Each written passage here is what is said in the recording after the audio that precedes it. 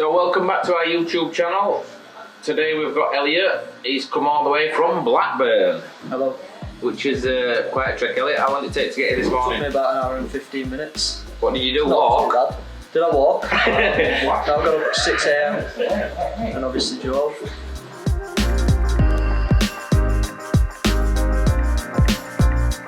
So today, I have done a lot of work on your arm, Elliot, but we're sort of doing a lot of filling out with a geometric dotwork pattern. Yeah. Just making it look a bit more smoother and not as spaced out, if you like. Yeah, definitely.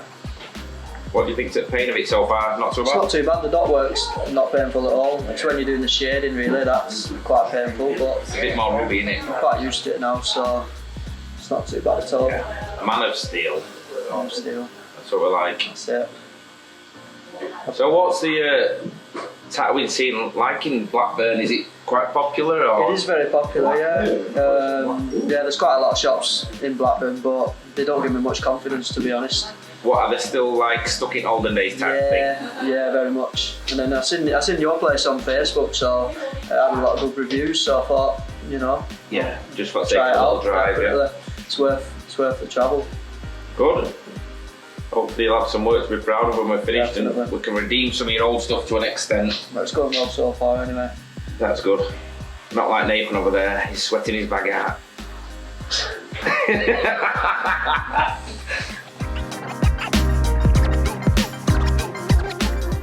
So today I have Ryan in, who's got quite a challenging tattoo for me. Originally, when I first saw it design, I thought that the clock on middle and neck would be a bit difficult, but we've modified it and changed some little bits and pretty much nailed it straight away. So I'll just show right around. Yeah. On a tattoo like that, you have got to concentrate, and that's. So I've gone quiet.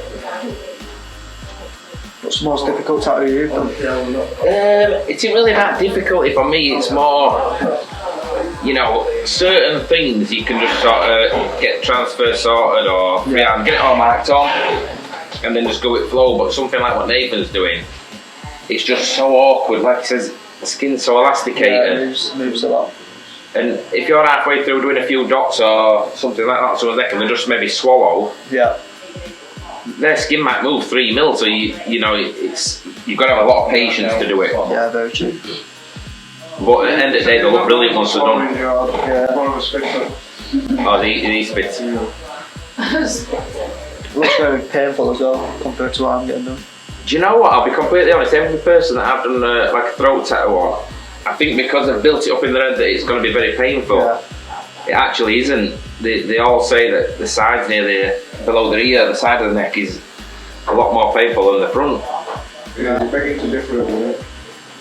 But yeah, everybody's always says, oh, I bet that's the worst tattoo ever. And it isn't actually that bad. Yeah. Surprisingly.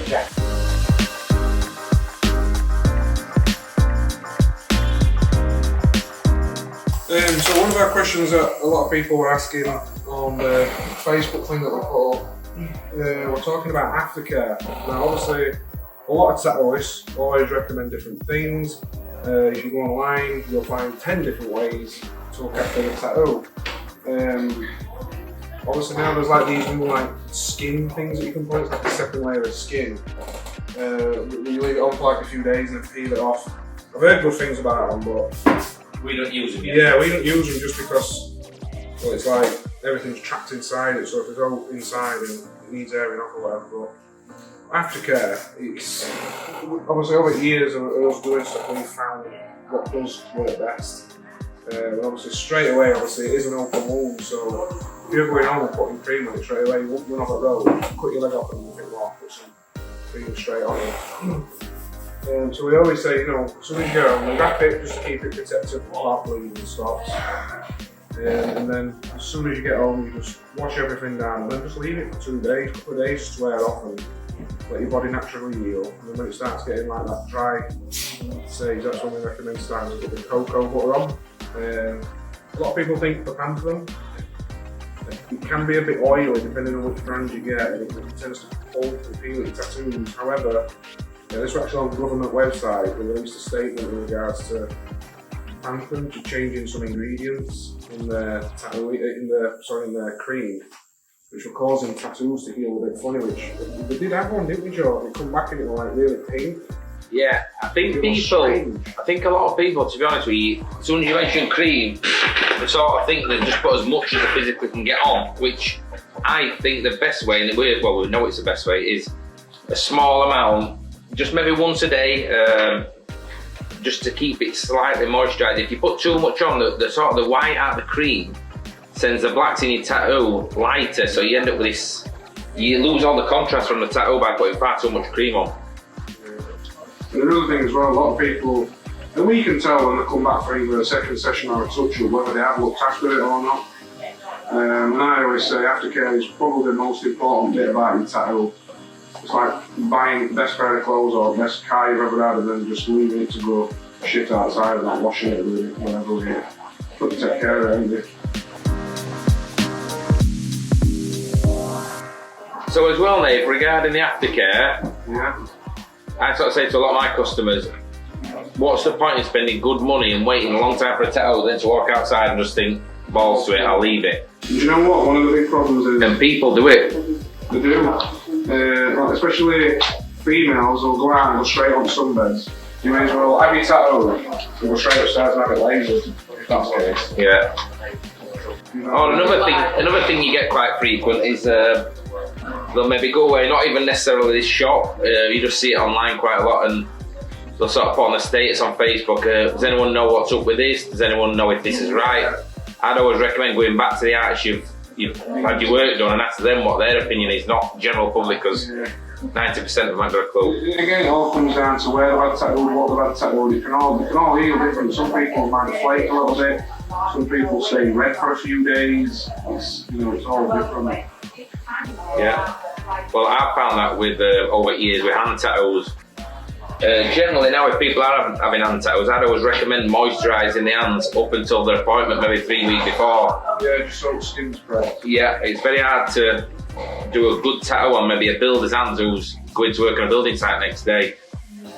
But then you do get odd customer, you always warn them, say, look, this might need a 15-minute touch-up, and then sometimes they'll come in and it'll be absolutely mint, so it all depends on the skin really. There's a lot of confusion as well with aftercare. A lot of our customers come in and they'll say, oh, Coco, and they say, oh yeah, I've just bought some of that tattoo goo. Tattoo goo is good, but it's not really for those first few phases of healing. The tattoo goo is for like after it's fully healed. And let's say you're going out on a night out, all it does is just moisturise your skin and fetch those blacks back up. It doesn't do anything for healing. It just looks like that side, yeah. And you only need a small amount. It's good that though, Nathan, isn't it? The green one. Yeah, it is good stuff.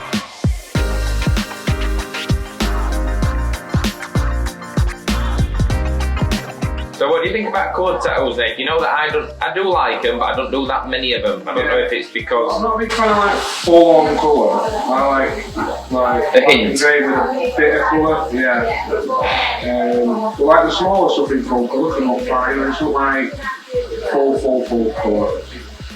So what's the differences then? What would you recommend to a customer if they're debating whether to have colour or whether to not? What's the benefit? You can do something of a bit in between.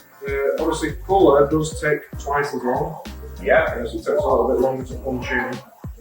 And obviously the healing as well. It doesn't always heal as good as black and grey. Sometimes you might need a bit of a top-up session or vice versa. It seems to be a lot thicker, doesn't it? Yeah. Rather than flaky. Yeah, you scrap a lot more with colour. I think it's because the amount of time you have to go over it.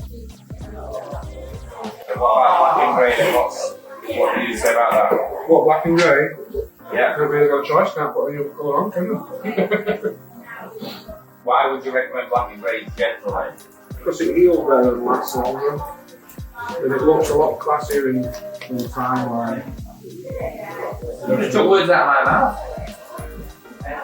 Also, as well, what I can say to people, Nate, I mean, I'm not going to talk about my tattoos, but Don't get it. if it were girls or even guys as well, depending what clothes or colour clothes you've got on, depends if that colour will match in with your shirt, etc. You know? I mean, I've got a bit of colour on my hand, which is black and grey with a bit of red. And I think sometimes it can actually make a tattoo look better if it's just got a hint of colour in. Yeah, that's what I always say. It's like an optical illusion, it tricks your eyes believing there's more than what's there. Now, so you know, I do a lot of the watercolour stuff. I love that stuff. Obviously, it's a style of its own, but it's not like full-on colour. It's like brushed off shaded colours and stuff.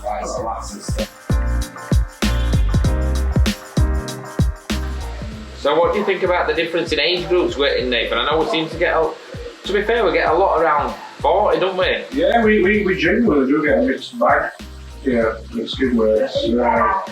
Also, youngest being 18. But then I think the oldest person I've ever tell, apart from Becky, because she's a bit of a fossil, is she on now, George? Yeah. 24? Yeah, I'm sure she's 84 now. For the first ever tattoo, what was that, a year ago? Yeah, just a small little dragonfly on her wrist. Yeah, now she's booking in for full sleeve. No, she actually does want another one though. She's having, I think, a little butterfly on her other wrist. But we have also had a few older, I mean, if you can call them older folk, come in, and a lot of the time they'll just sort of say, well, is there a reason behind it? And they'll say, well, I've lived this long and tattooing's been a big part of everyone's lives, really. And they just say, I just want to feel what it's like. And they said, you might think I'm a bit old for this, and we're all like, well, no, there's no right or wrong in tattooing if you want something. So it's quite surprising as well, Nathan, isn't it, how far customers actually travel. Obviously, Elliot's come from Blackburn, which is a good trek. Yeah. But obviously we've had people from Essex, Dublin. We've actually had them from Dublin come over. Yeah, stopping in an hotel for a few days. They do a few days on the bounce, yeah. Yeah, we've had America and everything, haven't we? America, yeah. Dickinson style. Yeah. Hi guys, and welcome to Skinworkx video. David Dickinson's real deal. Yeah. Hi, my name's Jordan and I like English.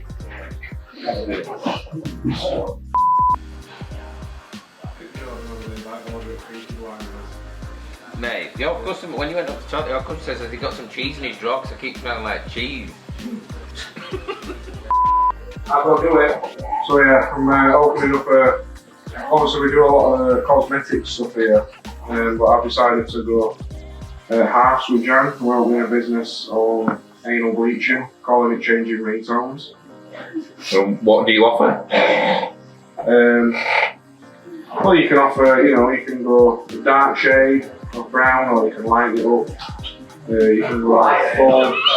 You can have you can go full Freddie Murphy, or if you want, you can go Freddie Murphy. Michael Jackson and Michael Black or white, Full faith in you, Nathan, otherwise you won't be working.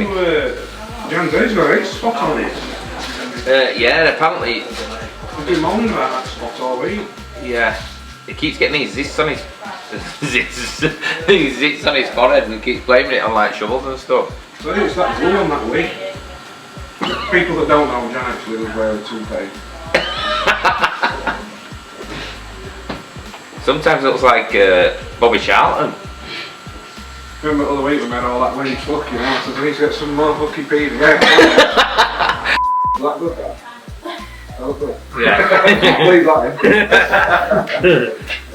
So guys, thanks for watching us and joining us on this week's video. A couple of announcements. We've been thinking about doing this and we'd love your feedback on this subject. We're thinking about doing this might be a monthly raffle where for people that maybe not got as much money but would love to come and get a title, where it'll be like a certain amount of money each week. You can enter a draw, and at the end of that, once it's filled up, the drawing number out the person coming down for obviously a tattoo. You might get a tattoo for a few quid, you never know. But if you are interested in that, please let us know. Also, we do have a competition running as well. So once we reach 1,000 subscribers, one of you lucky guys will either win 4 hours tattoo or £300 cash. What would you do with £300? Prostitutes. But most of all, don't forget to share this video, share it everywhere you want. Like it as well, it really helps us out to grow this channel. Just click the little thumbs up icon. Most of all, don't forget to be a subscriber with the bell notification on so that you don't miss out on any video. Ciao for now.